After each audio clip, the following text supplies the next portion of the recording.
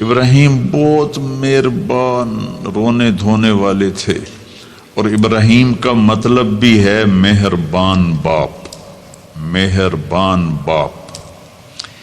ابراہیم علیہ السلام کی کہانی تو بہت لمبی ہے، تو ہم شروع ہی کرتے ہیں کہ ابراہیم علیہ السلام سے اللہ نے اپنے بچے کی قربانی کیسے لی، پیچھے سارے واقعات کو چھوڑ کر۔ ابراہیم علیہ السلام کو جب آگ میں ڈالا گیا اور اللہ تعالیٰ نے ان کو آگ سے زندہ سلامت باہر نکالا، تو پھر انہوں نے ہجرت فرمائی اور مصر گئے۔ مصر کا جو بادشاہ تھا وہ ہر آنے والی عورت کو زبردستی ایک رات اپنے کمرے میں رکھتا تھا، تو اس نے حضرت سارہ علیہ السلام کو بھی قبضہ کر کے اپنے کمرے میں رکھا۔ جو ہی ہاتھ بڑھاتا اس کا ہاتھ سوکھ جاتا، پیچھے کرتا تو ٹھیک ہو جاتا، پھر ایسے ہاتھ بڑھاتا سوکھ جاتا، پھر پیچھے کرتا ٹھیک ہو جاتا، پھر ایسے ہاتھ بڑھایا سوکھ گیا، پھر پیچھے کیا ٹھیک ہو گیا۔ تو اس نے کہا یہ تو کوئی اور ہی بات ہے، تو اس نے اپنی بیٹی حضرت ہاجرہ وہ ان ابراہیم علیہ السلام کے نکاح میں دے دی۔ ابراہیم علیہ السلام اس وقت 70 سے اوپر جا چکے تھے اور حضرت ہاجرہ 20-22 سال کی تھی۔ یہ 3 افراد کا قافلہ ہجرت کر کے فلسطین پہنچا، اور ابراہیم علیہ السلام کی عمر گزر گئی۔ رب ہب لی من الصالحین، یا اللہ کوئی نیک بچہ دے، یا اللہ کوئی نیک بچہ دے۔ اولاد کا نیک ہونا ضروری ہے، ڈاکٹر بنے، انجینئر بنے، عالم بنے، مفتی بنے، ان میں سے کوئی چیز ضروری نہیں، اولاد کا نیک ہونا ضروری ہے، اور اس کے لیے والدین کو ٹائم دینا پڑے گا، والدین کو محبت دینی پڑے گی، والدین کو گود دینی پڑے گی، والدین کو شفقت دینی پڑے گی، ورنہ اولاد اور ماں باپ 2 کنارے بن جائیں گے۔ کچھ تقریباً 84 سال کی عمر میں اللہ تعالیٰ نے حضرت ہاجرہ سے بیٹا دیا، سارہ کی بجائے ہاجرہ سے بیٹا دیا۔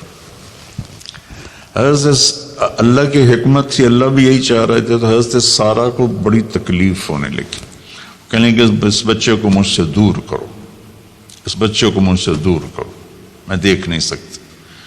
تو جبریل آئے کہ اللہ تعالیٰ بھی فرما رہے ہیں کہ اسے یہاں سے دور کرو، کہ کہاں لے جاؤں؟ کہ یہ ہم بتائیں گے کہاں لے جانا ہے۔ تو جبریل انسانی شکل میں اونٹ پہ سوار ہو کر تشریف لائے، اور پیچھے حضرت ابراہیم علیہ السلام اپنی اونٹنی پر، بچہ بیگم، اور آگے جبریل رہبر کے طور پر۔ فلسطین سرسبز ہے، کہیں خشک ہے، لیکن پانی ہے، اچھی آبادی ہے۔ چلتے چلتے چلتے چلتے 1 مہینہ کا سفر کرنے کے بعد جب وہ علاقہ شروع ہوا جہاں کالے پہاڑ، کالے پتھر، کوئی پتا نہیں سبزے کا اور کوئی نشان نہیں پانی کا، وہاں سے چلتے چلتے چلتے 4 پہاڑوں کے اندر ایک وادی سی آئی۔ جب وہاں پہنچے تو جبریل کہنے لگے اللہ کے نبی یہاں ہاجرہ اور اسماعیل کو چھوڑ دیں۔ جب وہ آگ میں جا رہے تھے نا ابراہیم علیہ السلام، تو ایک لفظ نہیں بولے، میں نے کہا حسبی اللہ و نعم الوکیل۔ لیکن جب جبریل نے کہا یہاں چھوڑ دیں تو ایک دم بولے یہاں کیسے چھوڑ دوں، یہاں تو کچھ بھی نہیں ہے، یہ کیسے رہیں گے؟ کہ یہ آپ کے رب کی منشا ہے، یہاں اللہ کا گھر بنے گا، یہاں اس بچے کی نسل سے ایک آخری نبی پیدا ہوگا جو پورے عالم کو روشن کرے گا، اب چھوڑ دیں۔ تو وہ وہاں 3 دن رہے، ان کے لیے ایک چھپر سا بنایا لکڑیاں کاٹ کے، یا 2 دن رہے یا 1 دن، یہ تو کوئی تحقیق کوئی نہیں ہے، لیکن ایک چھپر سا ان کو بنا کے دیا، ایسے یعنی اس ایک اوپر وہ لکڑیوں کی چھاؤں کر دی اور نیچے ایسے بانس سے گاڑ دیے اور چل پڑے. تو حضرت حاجرہ فرمانے لگے آپ کہاں جا رہے ہیں؟ اتنا بڑا امتحان تھا کہ جواب نہیں دینا، بس چپ کر کے چلو. انہوں نے پھر پوچھا آپ مجھے چھوڑ کے کیوں جا رہے ہیں؟ آگے سے خاموشی. چلتے چلتے 3 میل تک وہ اس طرح چلی. جب وہ کدئی پہنچی تو اس وقت ان کو خیال آیا یہ اللہ کے نبی ہیں، کہیں ان کو اللہ نے نہ کہا ہو. تو ان کا اللہ امرک، کیا آپ کو اللہ نے کہا کہ مجھے چھوڑ دیں؟ کہنے لگے ہاں. یوں کیا. ایک دم ایک نئی حاجرہ نے جنم لیا. کہ اذن، یوں گردن، اذن لن یضیعنا اللہ، جاؤ پھر میرا اللہ مجھے ضائع نہیں کرے گا. ابراہیم علیہ السلام بوجھل دل کے ساتھ پیدل چل رہے تھے. دونوں میاں بیوی اونٹنی پہ سوار ہوئے اور وہ اپنے بچے کو گود میں لے کر ایسے کھڑی ان کو دیکھ رہی تھی. یہ کوئی مہینے کے لیے نہیں جا رہے تھے، پتہ نہیں ہے کب واپس آئیں. اجدے بچھڑے قد ملن گے، جانے رب رحمان. دیکھتی رہیں. انہوں نے ایسے پہاڑی کے اوپر چڑھے کہ اونٹ نیچے اتری. تو پھر انہوں نے منہ موڑا اور واپس اس وادی کی طرف چلی. کیا وقت تھا؟ صبح تھی، شام تھی. جو ابراہیم علیہ السلام غائب ہوئے تو ایک دم آپ نے اونٹنی کا منہ موڑا ادھر ہی اور کہا ربنا انی اسکنت من ذریتی بواد غیر ذی زرع ربنا لیقیموا الصلاۃ. کیا درد ہے. آپ اندازہ لگاؤ ایک آدمی کو 84 سال کی عمر میں بیٹا ملے اور پھر اسے ایسے جنگل بیابان میں چھوڑ دیا جائے. تو ان کے دل پہ کیا بیت رہی ہوگی. یہ اس دعا میں وہ درد ہے جو میرے بھی آنسو نکل رہے ہیں. ان کو 3 دفعہ قصہ سنا چکا. اے اللہ، تیرے ہی کہنے پر تو جو میرا رب ہے. یا اللہ نہیں کہا، اللہم نہیں کہا، ربنا. یا اللہ تو تو مہربان ہے، اس میں بھی کوئی تیری مہربانی ہوگی، تیری محبت ہوگی، تیری شفقت ہوگی. انی اسکنت من ذریتی، میں نے چھوڑ دیا اپنی اولاد کو. یا اللہ میں نے وہاں چھوڑا ہے جہاں نہ پتا ہے، نہ دانا ہے، نہ پانی ہے. تو جان اور یہ جانے. اس درد بھری دعا نے عرش کو بھی ہلا دیا تھا. اور آپ نے منہ موڑا. اس باپ کو سوچو جو ہر قدم پہ اپنے معصوم بچے سے دور ہو رہا ہے، اور اس ماں کو سوچو جو ہر قدم پہ اپنے خامن سے دور ہو رہی ہے. ابراہیم کی منزل تو آگے گھر ہے، 2 بیویاں اور ہیں. ادھر تو پتھروں کے ساتھ دوستی ہے. جب حاجر، میں ایک دفعہ میں ایسے سوچ میں بیٹھا، میں اتنا رویا. میں نے کہا جب وہ ہماری ماں حاجرہ وہاں اکیلی بیٹھی ہوگی، وہ چاروں طرف اونچے اونچے پہاڑ تھے اور اندر بیٹھنے والوں کو باہر کا پتہ نہیں، باہر والوں کو اندر کا پتہ نہیں. تو شام ڈھلی ہوگی تو اندھیری رات نے کیا ظلم ڈھایا ہوگا. کالے پہاڑوں کا اندھیرا، اندھیری رات کا اندھیرا.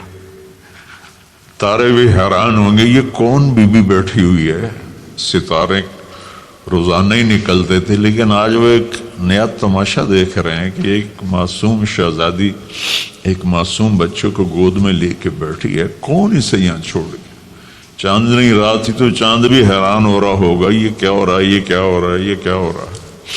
اور وہ تنہا جان آسمان کو دیکھتی ہوگی، یا اللہ یہ میرے ساتھ کیا ہو گیا. وہ رات کیسی، پہلی رات کیسی گزری ہوگی حضرت حاجرہ پر۔ یہ ہمارے تبلیغ والے 3 دن کے لیے جاتے ہیں، بیویاں شور مچا دیتی ہیں، چھوڑ کے جاندے پہ، چھوڑ کے جاندے پہ۔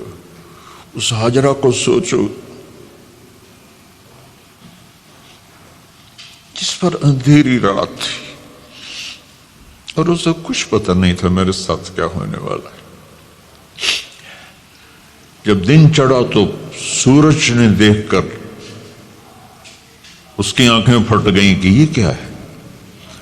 وہ تو کسی پہ رحم نہیں کرتا، اس کی آگ نے پتھروں کو تپایا، میری ماں ہاجرہ کے چھپر کو تپایا اور تڑپا کے رکھ دیا۔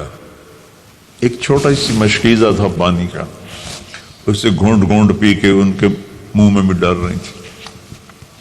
اس مشکیزے پر 3 دن گزرے، پانی ختم ہو گیا۔ ہم 92 کے حج میں پھنس گئے، مزدلفہ سے پہلے تو ہماری بس میں پانی کوئی نہیں تھا۔ جو اس وقت ہمارا حال ہو، ہمیں پتا تھا 2-4 گھنٹے کے بعد پانی ہے، لیکن جو اس وقت بچے بھی تھے، چیخ و پکار تھی۔ ہاجرہ کی چیخیں کون سن رہا تھا؟ اور ادھر اسماعیل کی دھاڑ دھاڑ شروع ہو گئی، پیاس کی وجہ سے، بھوک کی وجہ سے۔ بے بس ماں دیکھ رہی ہے، میں کیا کروں؟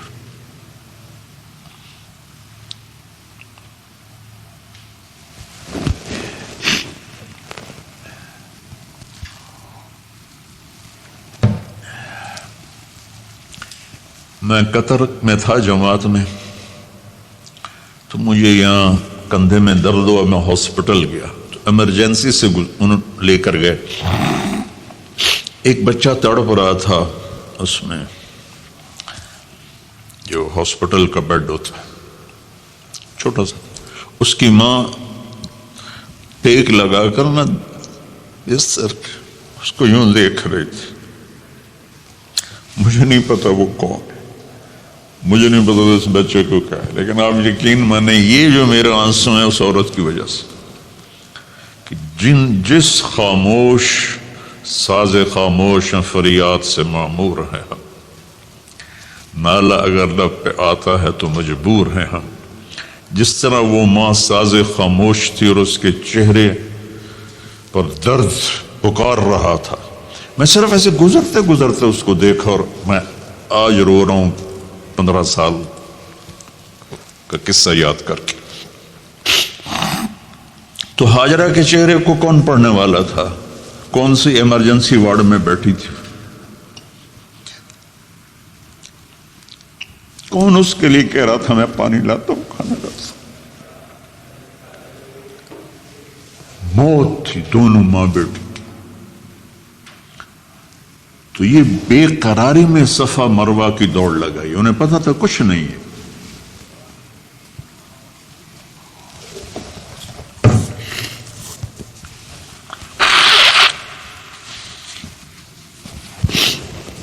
انہیں معلوم تھا کچھ نہیں ہے، لیکن وہ اس کو تڑپتے دیکھ نہیں پا رہی۔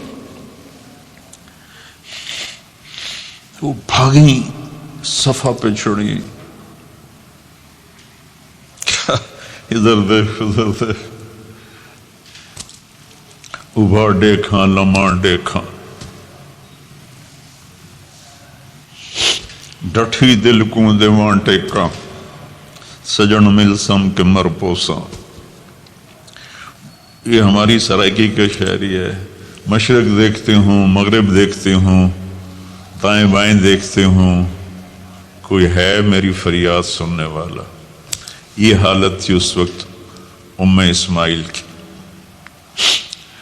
نیچے اتری جہاں وہ ٹیوب لائٹس آتی ہیں، وہاں وہ نیچے ہو گئے اور بچہ غائب ہو گیا، تو دوڑ لگا تھا۔ مصر کی شہزادی اور مکے کے نوکدار پتھروں کے اوپر دوڑ رہی تھی۔ جب بچہ نظر آیا پھر تو آہستہ ہو گئی، پھر مروہ پہ چڑھے، پھر صفا پہ چڑھے، پھر مروہ پہ چڑھے، پھر صفا. مجھے لگتا ہے صفا مروہ بھی رو رہے ہوں گے اس وقت، اور مکے کے پہاڑ بھی رو رہے ہوں گے، سورج بھی اس وقت رو رہا ہوگا. آخر وہ مروہ پہ تھک کے گر گئیں. یہ نہیں کہ انہیں 7 چکر لگانے تھے، 7ویں چکر کے بعد ان کی ہمت جواب دے گئی، وہ گر گئیں اور ان کا جینا چاہا کہ میں بچے کو اپنے سامنے مرتا دیکھوں، اس لیے وہیں گر گئیں کہ میں اتنے مر جاؤں وہ اتنے مر جاؤں. پھر ایسے حسرت بھری نظروں سے یوں دیکھا مر گیا کہ نہیں، تو وہاں ایک آدمی کھڑا تھا. پھر مردہ جسم میں پھر جان آ گئی. پھر انہوں نے اپنے آپ کو اٹھایا اور دوڑ لگائی. پہنچی تو آدمی غائب تھا اور ایڑیوں سے پانی نکل رہا تھا. اتنے چکر کیوں لگوائے، پہلے ہی نکال دیتے.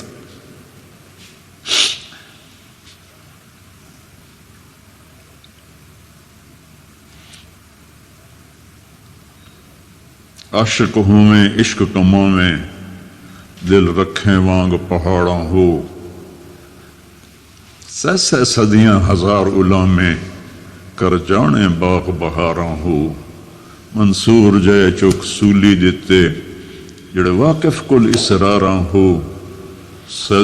سجدیاں سر چائیں نہ باہو، توڑے کافر کہیں ہزاراں ہو. عاشق سوئی حقیقی جڑا، قتل معشوق دے مننے. سر نو جوڑے تے مکھ نہ موڑے، ہمیں 100 تلواراں کھنے. سچا عشق حسین علی دا باہو، سر دتے تے راز نہ بن.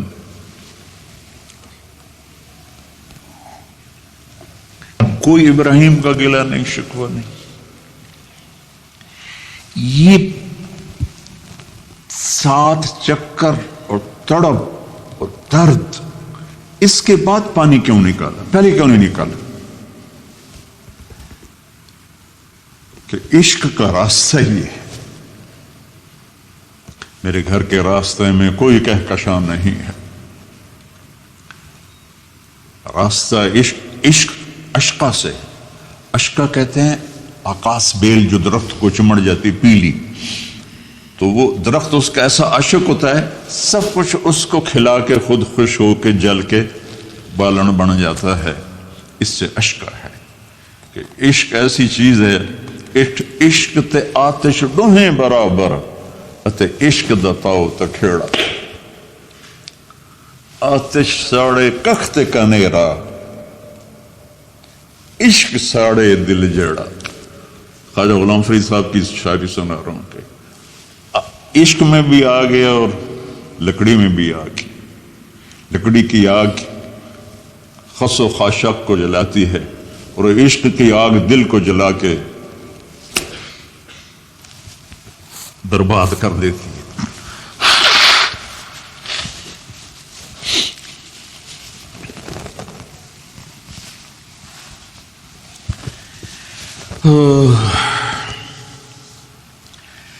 یہ دنیا میرے بھائی بہنوں امتحان کی جگہ ہے. ہم اس سے جنت بنانا چاہتے ہیں، ہم یہاں اپنی مرضیاں پوری کرنا چاہتے ہیں.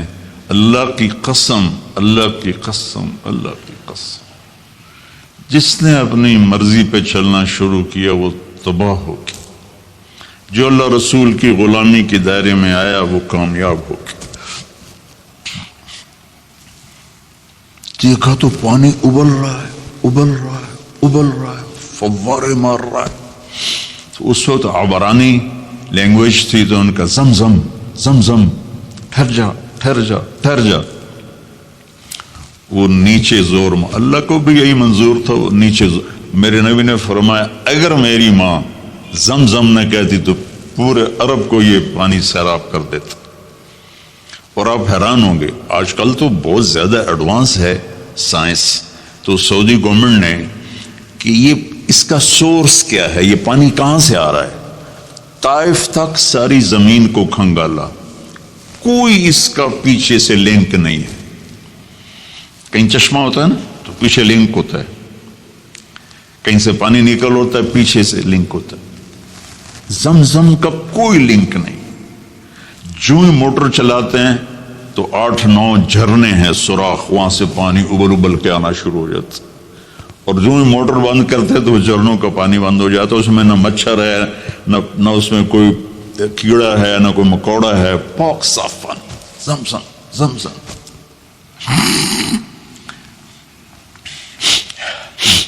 جتنا اونچا بنانا ہو بلڈنگ اتنی گہری بنیاد۔ اس ماں بیٹے سے محمد مصطفیٰ نے آنا ہے تو پھر بنیاد تو گہری ہوگی نا، ایسے تو نہیں ہے نا۔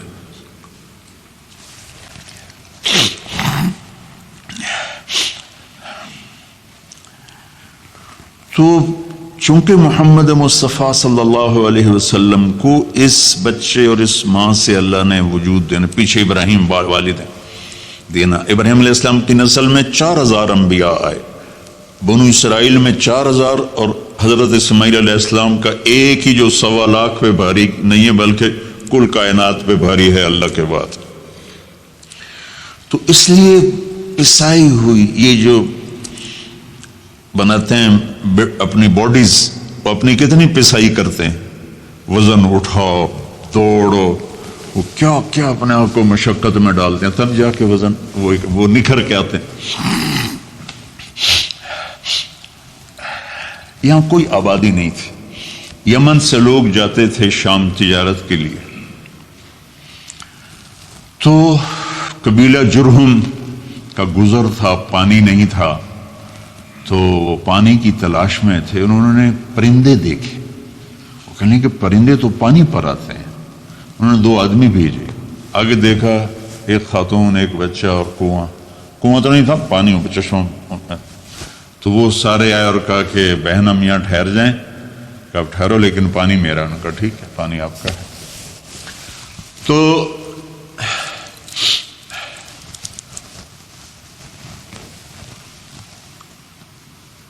ایک سال کے بعد اجازت ملی، جاؤ مل کے آؤ،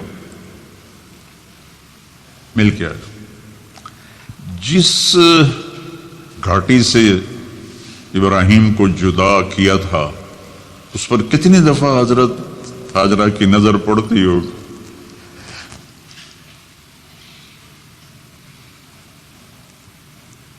اگر آپ اس کو فیل کریں تو یہ قصہ بیان ہی نہیں ہو سکتا، بس رونا ہی پڑے گا۔ اور خاص طور پر آج کے دور میں جب کوئی اللہ کو کی ماننے کے لیے تیار ہی نہیں ہے، کوئی جہنم سے ڈرنے کے لیے تیار نہیں، کوئی جنت کی طلبگار نہیں۔ 1 سال کے بعد اونٹنی کا سر نظر آیا تو دل اچھل کے آسمان کو جا لگا کہ میری آنکھوں کی ٹھنڈک آ گئی، میرے سر کا سایہ آ گیا، میرے بیٹے کی چھاؤں آیا۔ اونٹنی بٹھائی، کہا تشریف لائی، کہنے کہ اترنے کا حکم نہیں ہے، صرف ملاقات۔ نہ آتے صبر آیا ہوا تھا، صبر توڑ کے پھر جا رہے ہیں، تو اف نہیں کی، آہ نہ کر لبوں کو سی، زخم پہ زخم کھا کے جی، اپنے جگر کا لہو پی، آہ نہ کر لبوں کو سی، عشق ہے دل لگی نہیں، سینے پہ تیر کھائے جا، آگے قدم بڑھائے جا، یعنی زبان حال سے کہہ دے اس کے ہاں ستائے جا۔ کوئی شکوہ گلا نہیں ہے، یہ کیا ملنا ہے، نہ آتے وہیں بیٹھے رہتے، کہنے لگے اچھا بچہ گود میں دے دو، سینے سے لگا پیار کی، بہتے آنسو بچے کے رخسار پہ گرے، بچوں کو پتہ نہیں کون ہے، کہنے لگی اجازت ہے آپ کا سر دھو دوں، منہ دھو دوں، پاؤں دھو دوں، ہاتھ دھو دوں، یہ پانی پاک ملا ہے، ٹھیک ہے واپس۔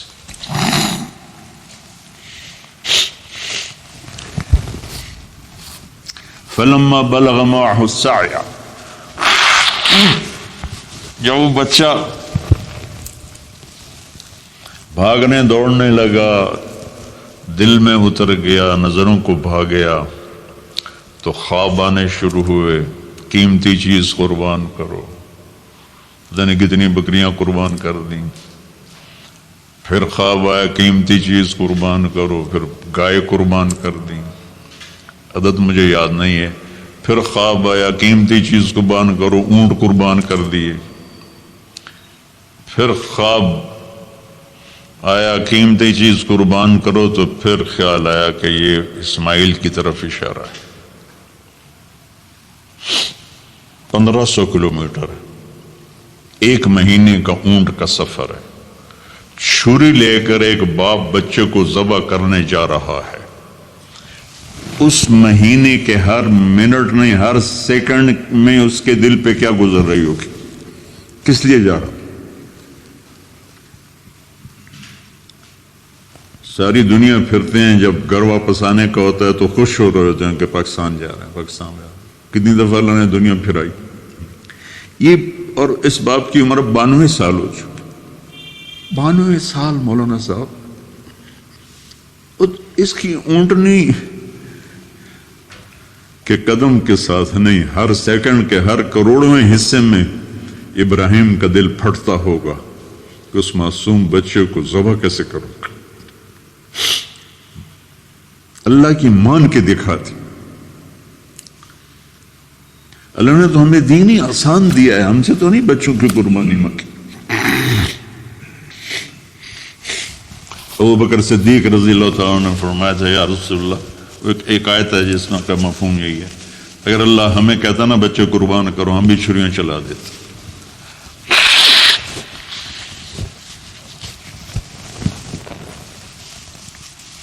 تو میں اس تصور میں جب ڈوبتا ہوں میں رونا شروع کر دیتا۔ 92 سال کی ہستی بڑھاپے میں 1 مہینے کی اذیت برداشت کرتے ہوئے جا رہے ہیں کہ بیٹا ذبح کرنا ہے، بیٹا ذبح کرنا ہے، بیٹا ذبح کرنا ہے۔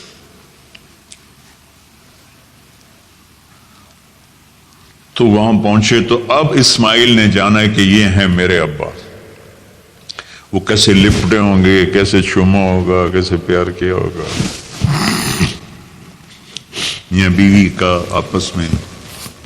مجھے نہیں پتا کہ کتنے عرصے بعد انہوں نے ایک قدم اٹھایا، لیکن کہا کہ بچوں کو تیار کرو، میں اس کو سیر کرانے لے جا رہا ہوں۔ بڑی خوش ہوئی، ماں بھی بچہ بھی چل رہا ہے،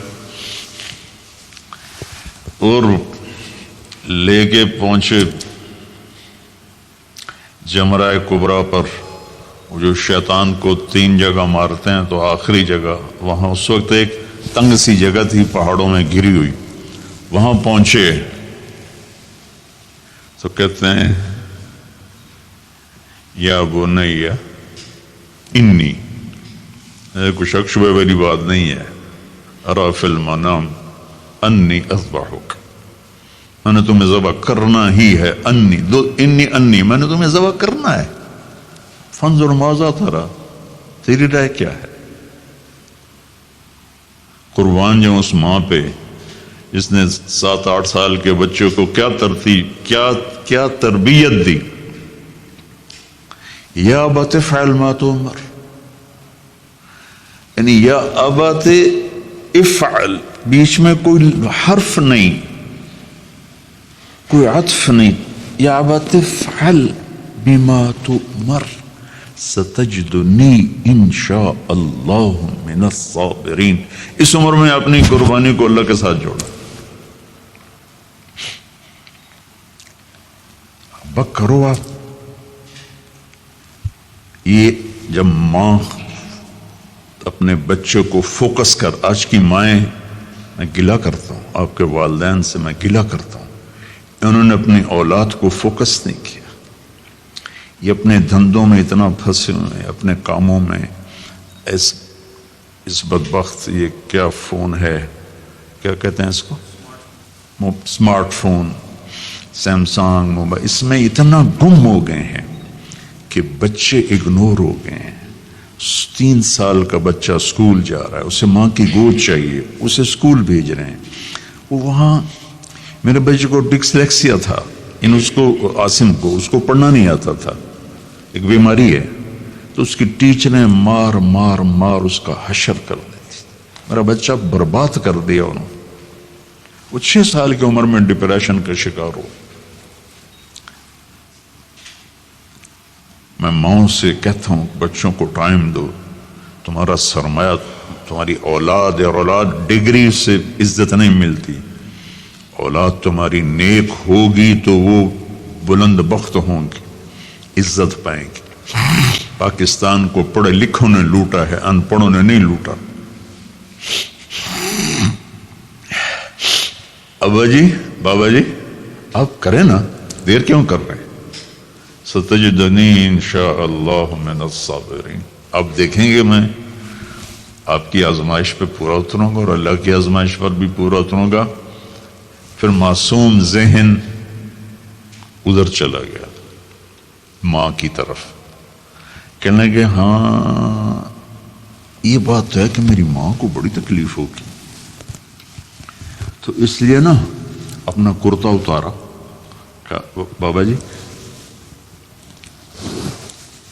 یہ کرتا آپ میری ماں کو دے دیں، وہ جب مجھے یاد کرے گی میرا کرتا دیکھ لے، اور آپ نے مجھے یہیں دفن کرنا ہے، ادھر نہیں لے جانا، اور آپ بھی احتیاط کریں، مجھے الٹا الٹائیں، طلّہ للجبین، میرا سر زمین پہ لگا ہے، گردن نہیں، تاکہ آپ کو تکلیف نہ ہو مجھے دیکھ کر۔ اب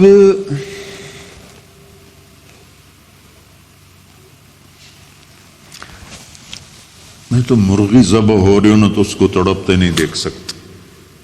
قربانی کے لیے مفتی صاحبان کہتے ہیں کہ اوپر کھڑا ہونا چاہیے، خود کرے یا اوپر کھڑو، میں نہیں کھڑا ہو سکتا۔ جانور جب تڑپتا ہے مجھے کچھ ہونے لگتا، تو میں بچوں کو بھیجتا ہوں جاؤ قربانی پہ کھڑے۔ جیسے ابراہیم علیہ السلام کا تصور کر کے میری چیخیں نکل کہ انہوں نے جب ان کی کمر پہ گوڈا رکھا ہوگا یوں کر کے، ہاتھ باندھے، پاؤں باندھے، اور سر کے بال یوں اٹھا کے یہاں لائے ہوں گے سر کو، اور چھری یہاں رکھی ہوگی، کیا کیفیت؟ تو یوں آسمان کو دیکھ کر کہ یا اللہ کیا تم مجھ سے ناراض ہو گیا کہ میرے دل میں اسماعیل زیادہ اتر گیا ہے؟ یا اللہ ایسا کبھی نہیں ہے، یا اللہ یہ میرا کوئی امتحان تو لے رہا ہے، یا اللہ تیرے اوپر سب کچھ قربان ہے، اور یوں چلائی، اور اللہ تعالیٰ نے چھری کی کیا حیثیت ہے، اس نے چلنے سے انکار کر دیا، پھر چلائی، پھر چلائی۔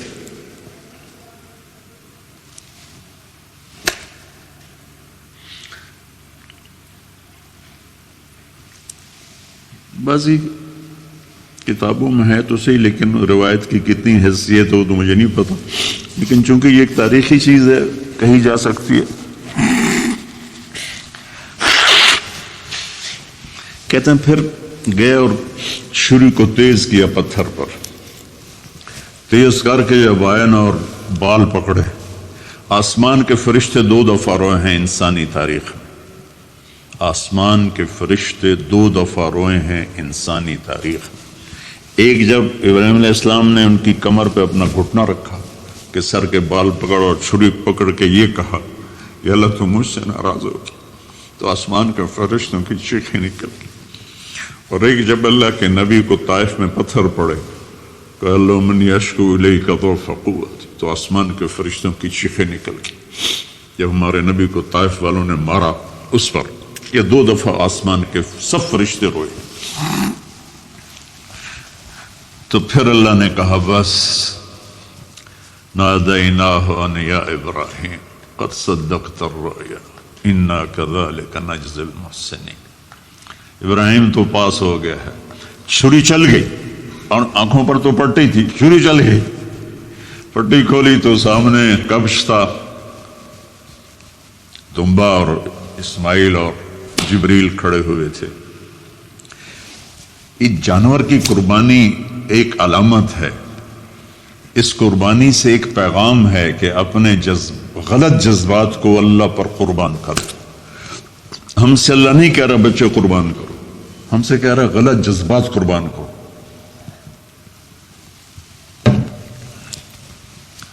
ہم سے اللہ کہہ رہا ہے اپنے جذبات کو دبا دو جو تمہیں اللہ اس کے رسول سے دور کرتے ہیں، ان پر چھری چلاؤ۔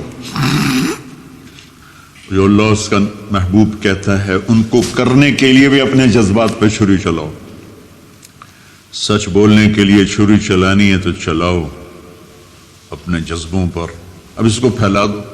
ساری شریعت میں اللہ نے جو احل حلالا، جو اس نے کہا ہے یہ کرنا ہے، اس کے لیے اپنے جذبات قربان کر دو۔